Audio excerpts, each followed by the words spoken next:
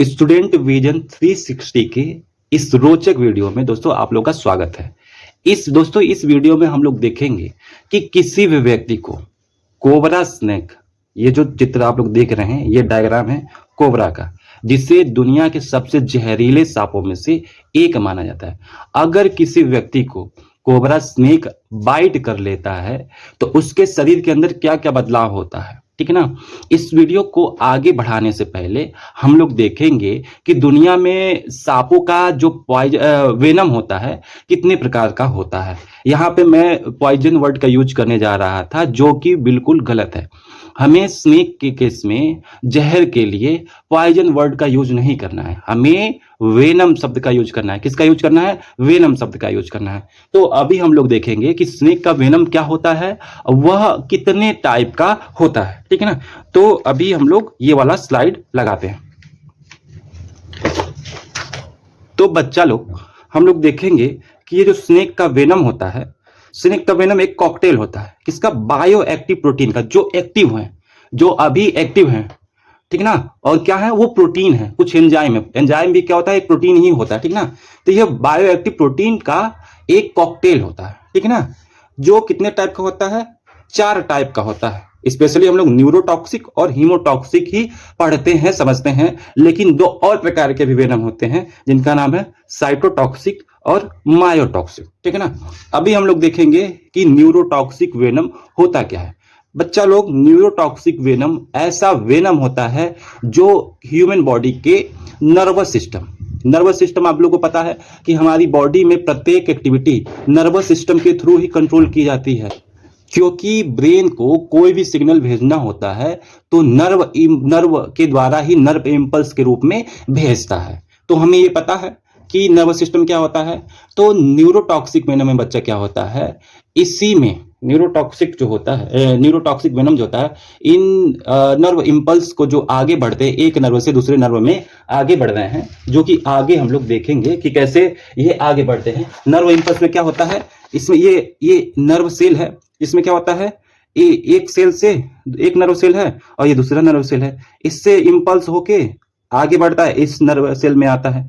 तो इसकी जो यहां से इस सेल में नर्व इम्पल्स आ रहा है, इसी यही बीच में जो है ये न्यूरोटॉक्सिक जो होते हैं, जो न्यूरोटॉक्सिक वेनम होते हैं, वो केमिकल आके यहीं रुक जाते हैं और इस नर्व सेल से नर्व इम्पल्स इस नर्व सेल में नहीं आ पाता है, तो बॉडी पैरालाइज हो जाती है। क्या होती है? बॉडी पैरालाइज हो जाती है। तो आगे यहाँ पे उसका इफेक्ट दिया होगा कि इसमें क्या क्या इफेक्ट्स होता है, पैरालाइज हो जाती है।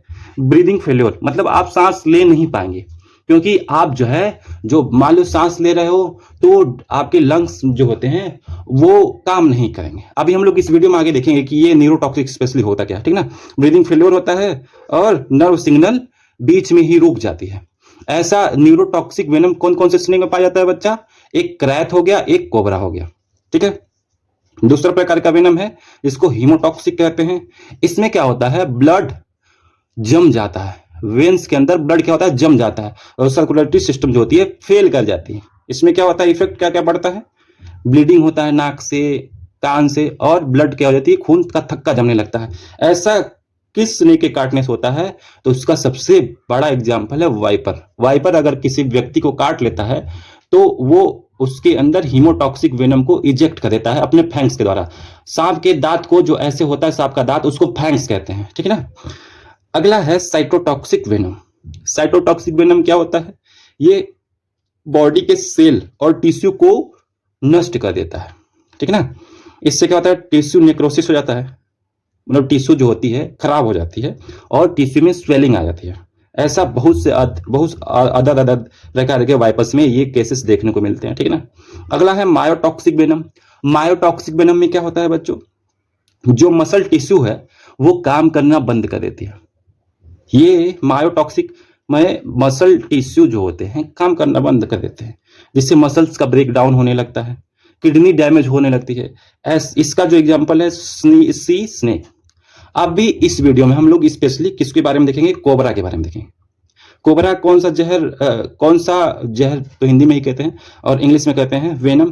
तो कोबरा के अंदर कौन सा वेनम पाया जाता है, तो न्यूरोटॉक्सिक वेनम पाया जाता है। तो हम लोग देखेंगे कि न्यूरोटॉक्सिक वेनम कैसे एक ह्यूमन बॉडी के अंदर काम करता है, ठीक है ना। जब कोई कोबरा स्नेक काट लेता है किसी भी मनुष्य को, तो उसके बॉडी के अंदर न्यूरोटॉक्सिक, क्योंकि हमें पता है कोबरा के अंदर कौन सा जहर पाया जाता है, वेनम पाया जाता है, न्यूरोटॉक्सिक वेनम। उसका नाम है अल्फा बेंगाटॉक्सिन। उस न्यूरोटॉक्सिन का नाम क्या है? अल्फा बेंगाटॉक्सिन और बीटा बेंगाटॉक्सिन। क्या नाम है बच्चों? कोबरा के अंदर पाए जाने वाले जहर या वेनम का नाम है अल्फा बेंगाटॉक्सिन और बीटा बेंगाटॉक्सिन। अभी देखते हैं इस अल्फा बेंगाटॉक्सिन और बीटा बेंगाटॉक्सिन जो कि एक प्रकार का न्यूरोटॉक्सिन है और कोबरा के अंदर पाया जाता है, उसके काटने पर ह्यूमन बॉडी के अंदर क्या क्या चेंजेस होते हैं। तो अभी हम लोग एक ऑर्गन का डायग्राम देखेंगे, ठीक ना।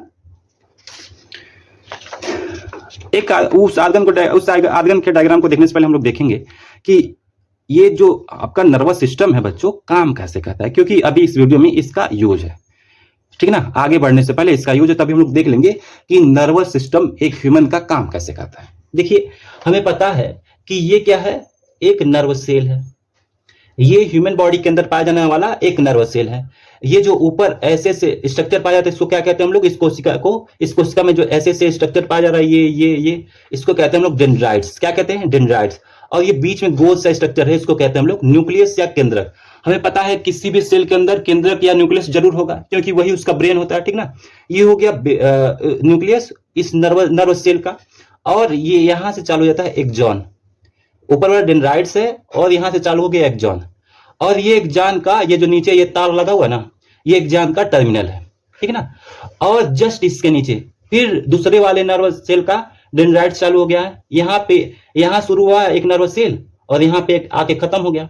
फिर जस्ट इसके नीचे एक नया नर्व सेल चालू हो गया और उस नर्व सेल का ये डेंड्राइट्स है, बाकी ये उसका न्यूक्लियस है, बाकी यहाँ से एक्सॉन और इसके नीचे जो होगा एक्सॉन टर्मिनल इस सेल में भी पाया जाएगा, ठीक है ना। अभी क्या होता है, जब हमारा ब्रेन कोई सिग्नल इन नर्व सेल के द्वारा भेजता है, तो एक केमिकल भेजता है ब्रेन, जो इस नर्व सेल के इस टिप पे आके चिपक जाता है। तो वो केमिकल जो होता है सिग्नल के फॉर्म में इस सेल से होते हुए इस सेल के टर्मिनल पे आता है। ये टर्मिनल है, एक्सॉन टर्मिनल है, यहाँ पे आता है और इस दूसरे वाले ये यहाँ से दूसरा सेल चालू हो गया है, इस दूसरे सेल के डेंड्राइट्स पे आके चिपकता है। इसका फुल व्यू इधर दिया गया है। ये क्या है? इस सेल का टर्मिनल है। ये क्या है? ये वाला ऊपर वाला स्ट्रक्चर, यहां से लेके यहां तक का स्ट्रक्चर ये वाला है। इस सेल का ये वाला सेल जो पहला वाला सेल है, इसका टर्मिनल मैंने यहां बना दिया ऊपर, और दूसरे नए न्यूरॉन सेल का डेंड्राइट्स मैंने यहां बना दिया। यहां तक सबको क्लियर हो गया। मान लो जब कोई सिग्नल ब्रेन भेजता है तो सिग्नल ऐसे आता है और ये बॉक्स जिसको हम लोग कहते हैं सिनेप्टिक वेसिकल, इसी के अंदर एक केमिकल होता है जिसका नाम है एसिटिल कोलिन, ACH कहते हैं, जिसका नाम है एसिटिल कोलिन। यही एसिटिल कोलिन उस सिग्नल को लेके आता है। यही एसिटिल कोलिन इस बॉक्स के अंदर भरा है। एसिटिल कोलिन इस बॉक्स के अंदर गुलाबी कलर का है, जो क्या है? वो एसिटिल कोलिन है, जो इस हरे रंग के बॉक्स के अंदर भरा है। यही सिग्नल को लेके आता है आगे, ब्रेन से सिग्नल को यही लेके आता है, यही बॉक्स जिसके अंदर क्या भरा है? Acetyl Colin.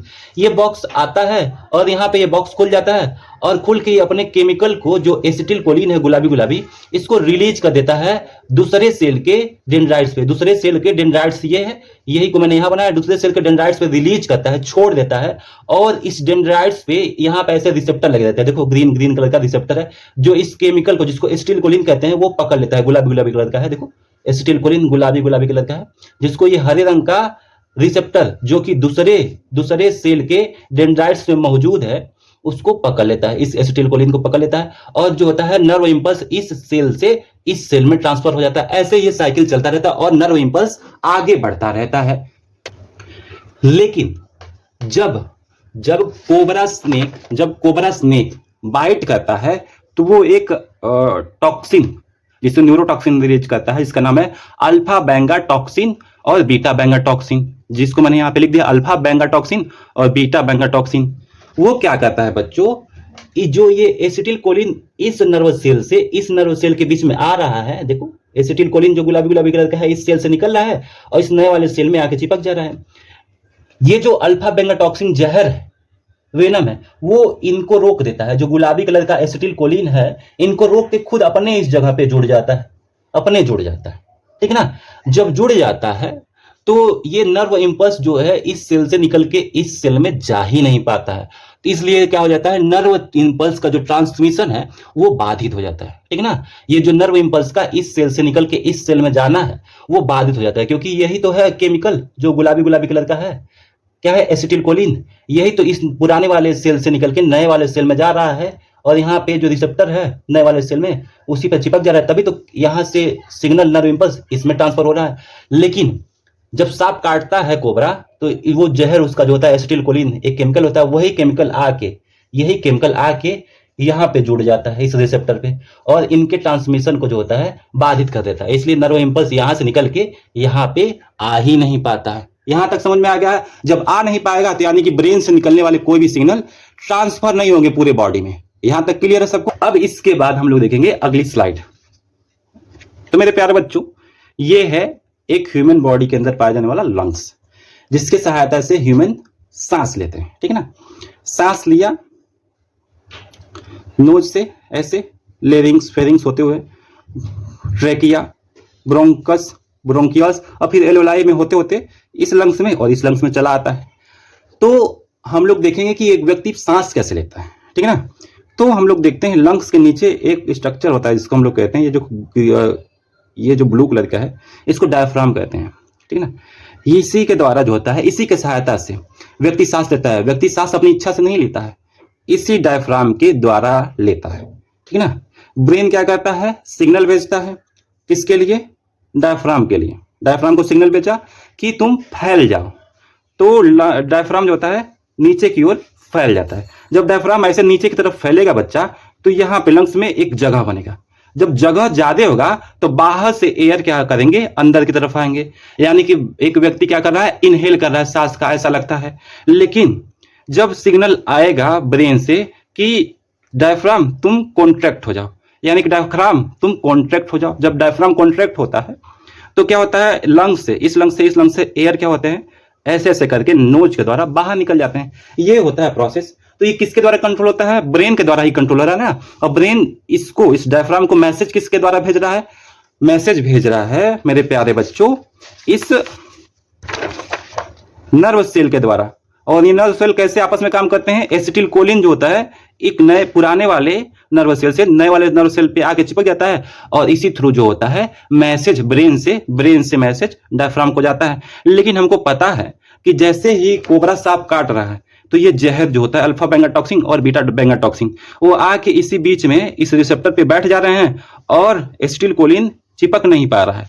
जब एसिटिलकोलिन चिपकेगा नहीं, जो कि यही ब्रेन से निकलने वाले मैसेज को केमिकल के रूप में आगे बढ़ा रहा है, तो वो आगे जाएगा नहीं, क्योंकि इसके ऊपर तो क्या है, सांप का जहर चिपका हुआ है। सांप के जहर में पाया जाने वाला केमिकल जिसका नाम है अल्फा बेंगा टॉक्सिन और बीटा बेंगा टॉक्सिन, इसी पे चिपक गया है इस रिसेप्टर पे। तो आगे वो एसिटिलकोलिन जा नहीं पाएगा अपनी सूचनाओं को लेके, जो कि ब्रेन से आया हुआ है। और जब ये जा नहीं पाएगा तो ये डायफ्राम काम करना बंद कर देगा। जब डायफ्राम काम करना बंद कर देगा तो ये आपका लंग्स जो है न फूलेगा न पिचकेगा, न फूलेगा न पिचकेगा। और जब लंग्स फूलेगा पिचकेगा नहीं तो आदमी सांस नहीं ले पाएगा। जब सांस नहीं ले पाएगा तो यानी कि इस कंडीशन को कहते हैं लंग्स पैरालिसिस हो गया, लंग्स पैरालिसिस हो गया। और इसी प्रकार से व्यक्ति का नर्वस सिस्टम जो होता है वो फेल हो जाता है। जब नर्वस सिस्टम फेल हो जाता है तो व्यक्ति अपने आप जो है मर जाता है, कोई काम नहीं कर पाता है। क्योंकि ब्रेन से व्यक्ति कोई भी काम करता है तो ब्रेन से निकलने वाले सिग्नल्स को नर्वस सेल्स ही लेके जाते हैं, नर्वस सेल ही लेके जाते हैं। अभी नर्वस सेल्स उन सिग्नल को एसिटिलकोलिन के द्वारा ही लेके जाते हैं। और चूंकि जो है एसिटिलकोलिन के जगह पे अल्फा बेंगा टॉक्सिन और बीटा बेंगा टॉक्सिन जो क्या कर रहे हैं, यहाँ पे जुड़ जा रहे हैं, बीच में आके उनका जगह ले रहे हैं, उनकी कुर्सी पे आके वो खुद बैठ जा रहे हैं। तो वो जो ब्रेन से निकलने वाला सिग्नल है वो नए नर्वस सेल के पास नहीं जा पाता है। इस प्रकार जो होता है ब्रेन से निकलने वाला सभी सिग्नल वो बाधित हो जाता है और व्यक्ति नर्वस सिस्टम पैरालिसिस के द्वारा मर जाता है, ठीक है ना। ये होता है जब किसी व्यक्ति को कोबरा स्नेक काट लेता है। यहां तक समझ में आया। अभी अपन को क्या करना है, आप लोग तो ये जान गए हैं कि कोबरा स्नेक के काटने के द्वारा क्या क्या होता है। तो कोई भी अगर आपके अगल बगल किसी को स्नेक बाइट करता है, चाहे कोबरा हो या कोई भी स्नेक बाइट करे, तो किसी झाड़ फूक वाले व्यक्ति के पास नहीं जाना है। क्योंकि आपको पता है कि ये तो एक प्रकार का केमिकल होता है, सांप के जहर में, और उसके लिए एक एंटी वेनम लगाना ही पड़ेगा। वो ये झाड़ फूक से जो है वो नहीं खत्म होगा उसका इफेक्ट, ठीक है ना। तो तुरंत हमें नजदीक के मेडिकल कॉलेज, ठीक है ना, या हॉस्पिटल में जाना है और एंटी वेनम का इंजेक्शन लेना है, तभी व्यक्ति कोबरा स्नेक के काटने से बच पाएगा या किसी भी स्नेक के काटने से अपने जीवन को बचा पाएगा, ठीक है ना, झाड़ फूक से नहीं। तो ये वीडियो अन्य सभी लोगों को जिनको आप जानते हैं उनको शेयर कीजिए, और इस वीडियो को अगर इसकी जानकारी अच्छी लगे, आपको कुछ नया सीखने को मिला हो, तो इस वीडियो को लाइक कीजिए और कमेंट कीजिए और जरूर सब्सक्राइब कीजिए, क्योंकि ये सभी डायग्राम बनाना, ये सभी लिखना मेरे प्यारे बच्चों बड़ा ही टाइम टेकिंग है। देखो ये सभी डायग्राम, एक एक अच्छे से डायग्राम बनाना, प्यारा डायग्राम बना कि नहीं, इनको बनाने में टाइम लगता है। अगर मेरा मेहनत आप लोगों को अच्छा लग रहा है, ऐसे साइंस के रोचक वीडियो आप चाहते हैं, तो इस वीडियो को लाइक करके चैनल को सब्सक्राइब जरूर कीजिएगा, और अब एक प्यारा सा कमेंट इसके बारे में कि वीडियो कैसा लगा जरूर कीजिएगा। Thank you.